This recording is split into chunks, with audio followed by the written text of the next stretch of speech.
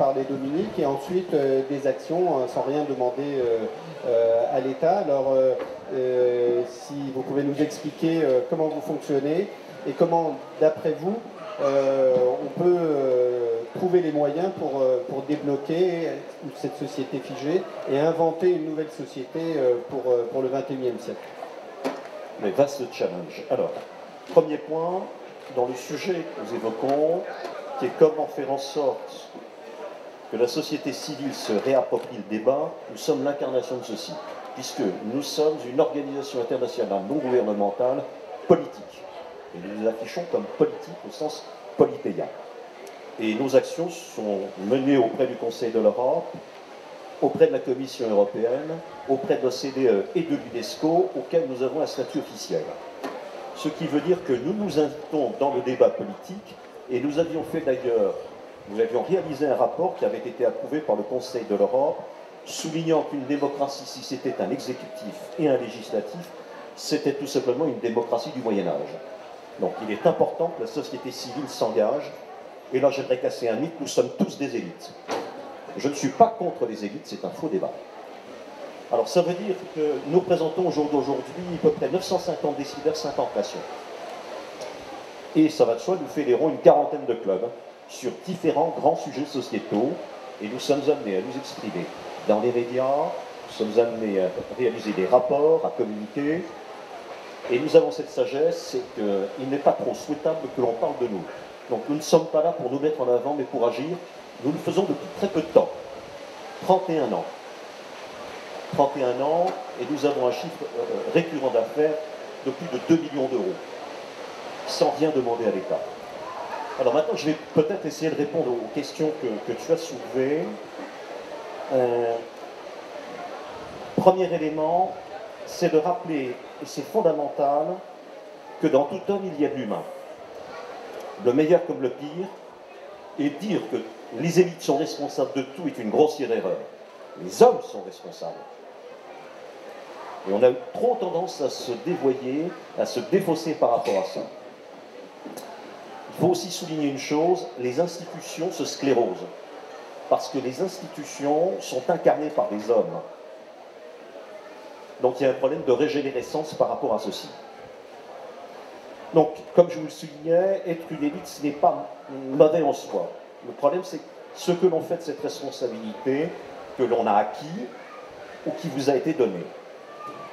Alors, je choisirai trois zones d'angle, le politique, l'économique et l'administratif.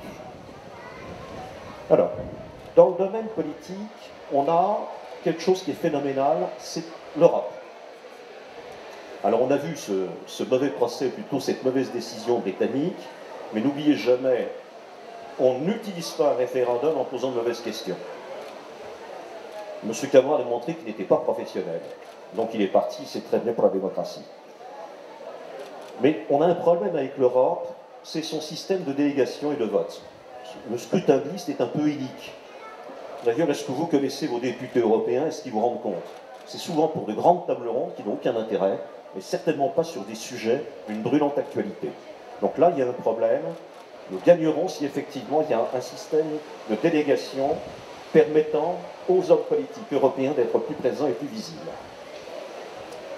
Alors si maintenant on va un peu plus loin, là il faut reconnaître que le politique a une forme d'arrogance qui est assez phénoménale. Il ne cesse de nous asséner le fait qu'il faut plus de femmes. On n'a toujours pas arrêté une certaine parité au niveau politique. Il y a une espèce de misogynie qui est quand même assez phénoménale, qu'on retrouve d'ailleurs bien souvent, parfois dans les régions. Enfin ça c'est un autre sujet, c'est un autre débat, c'est le point que je veux parler. Donc la présence féminine permettrait, je dirais, sans doute, de nuancer ceci au niveau politique. Alors là aussi, il faudra souligner le fait, il est une catastrophe que l'on doit à Jacques Chirac, c'est d'avoir réduit le septennat à un quinquennat. Un septennat, un seul mandat suffirait. Et au moins on fait le job. On fait véritablement le job. On a voulu faire genre, façon américain, une chambre avec un exécutif. On voit ce que ça donne. Les décisions ne sont pas prises. Et on a toujours l'impression que le chef de l'État, dans le second mandat, fera peut-être le job. C'est une illusion. Alors, Là aussi, il faut casser un peu les mythes, c'est le côté opaque des appareils politiques. Il y a un système de désignation qui est assez obscur. D'ailleurs, je ne connais pas la comptabilité, ni le rapport moral d'activité des appareils politiques. Hein. C'est tout ce qui est bon pour le monde privé, le monde administratif, ne doit pas exister dans le monde politique. Donc il y a un côté qui est très, très glauque. Alors après ça, ça n'a pas été évoqué, mais tout le monde, là, en soubresaut, c'est le non-cumul. Arrivons à ceci et cassons aussi ce mythe du professionnel de la politique. Moi, lorsque je regarde ceux qui vont se présenter, je ne peux pas dire qu'ils aient connu le monde économique. Soit M. Fillon, soit M. Hollande, soit M. Juppé, on ne peut pas dire. Bon. Là aussi, il faudra, je dirais qu'on modernise ceci. Et il faudra aussi peut-être mettre un terme sur le fait, lorsqu'on est issu d'un bon corps et qu'on est dans l'administration, c'est sans risque. Je me présente, je peux retrouver. Moi, je dis, tu te présentes, tu gagnes, tu démissionnes, tu quittes. Là, il y a un délit de démocratie, un délit d'égalité, et il est normal que la majorité qui est composée de corps administratifs qui sont présents au niveau des assemblées n'y voit aucun problème.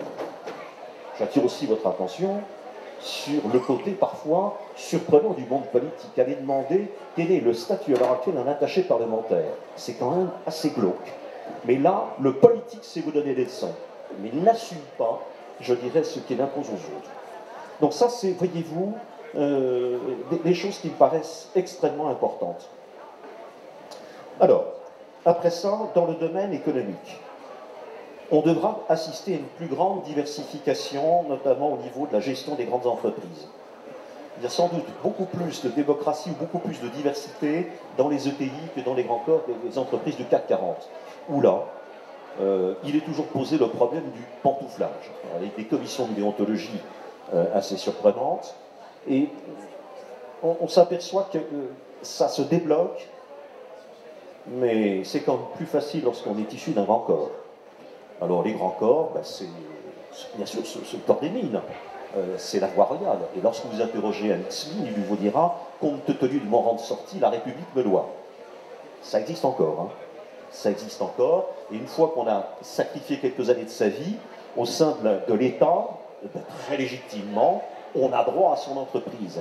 Alors, je vous épargnerai effectivement sur ce brillant polytechnicien qui fut M. Tchuruk et qui a carrément détruit cette entreprise qui s'appelait Alcatel et qui a été vendue dernièrement.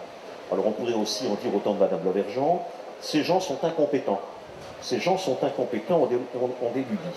Alors, ensuite, il faudra souligner, là aussi, on a un grave problème, c'est la non-présence féminine. Et je ne vois pas pourquoi on se priverait de ces talents. Alors, lorsque les femmes sont acceptées, je peux vous dire, on remet le couvert parce qu'elles n'ont pas le même salaire que les hommes. Allez donc savoir pourquoi. J'ai jamais eu la réponse.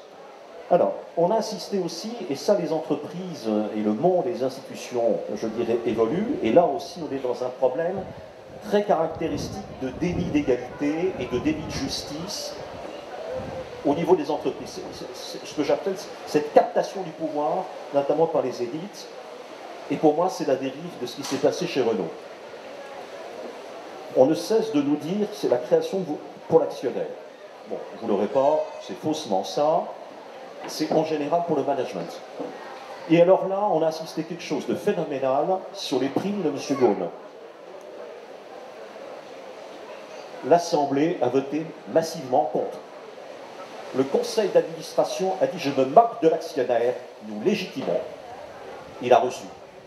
Contre l'avis des propriétaires. Contre l'avis des propriétaires. C'est pour vous dire, les dérives sont bien ancrées, et lorsque vous regardez la composition de ces conseils d'administration, ça a évolué, mais on est tous au conseil des uns et des autres. Ceci devra évoluer. Alors, maintenant, je termine sur l'administration. Je n'ai rien contre l'ENA, je n'ai rien contre le corps des mines. J'ai en revanche de grandes questions vis-à-vis des corps. Les corps sont de graves problèmes. Je parle notamment sous votre autorité, l'inspection des finances, la haute autorité qui peut se permettre de... N'imaginez pas, sauf quelques exceptions, faire carrière si vous n'êtes pas énarque au ministère des Affaires étrangères. Pas de place pour vous, vous avez beau avoir tous les talents. Ceux qui ont réussi, on leur dit, tu nous as volé une place. Tu as volé une place. Donc là, cette logique des corps fait que vous avez ce phénomène d'appropriation de la chose étatique en leur compte. Alors, vous retrouvez d'ailleurs ces corps qui se retrouvent après ça dans le monde politique. M. Juppé, de l'inspection des finances, M. Hollande, du lycée La Cour des comptes, tout ce petit monde s'égagne et tout ce petit monde peut retrouver après ça sa situation. Il n'y a pas de chômage pour eux. Donc là, il y aura sans doute quelque chose qui sera à revoir, décréter que ce n'est pas parce qu'on fait partie d'un corps qu'on doit truster un certain nombre de postes dans l'administration. Sachant que si vous n'êtes pas issu de ces corps, vous n'atteindrez pas les corps célestes de l'administration. Ça, c'est un délit d'égalité et qu'il faudra revoir. Je rejoins ce que soulignait Corinne Lepage. Il est important qu'il y ait vraiment des allées et venues dans le public, dans le privé. Connaître la vie réelle. Et là, il faudra quand même souligner la chose. L'administration n'est pas une fin en soi. C'est un outil au service de la collectivité. C'est un outil au service de la collectivité. J'attire votre attention. S'il n'y avait pas le monde privé, qu'est-ce qui permettrait de rémunérer la fonction publique? Donc cessons, je dirais, les faux mythes.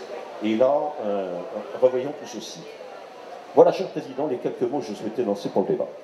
Je te remercie Loïc pour ce brillant panorama qui a l'intérêt de remettre l'articulation avec l'économique, qui fait partie du dispositif global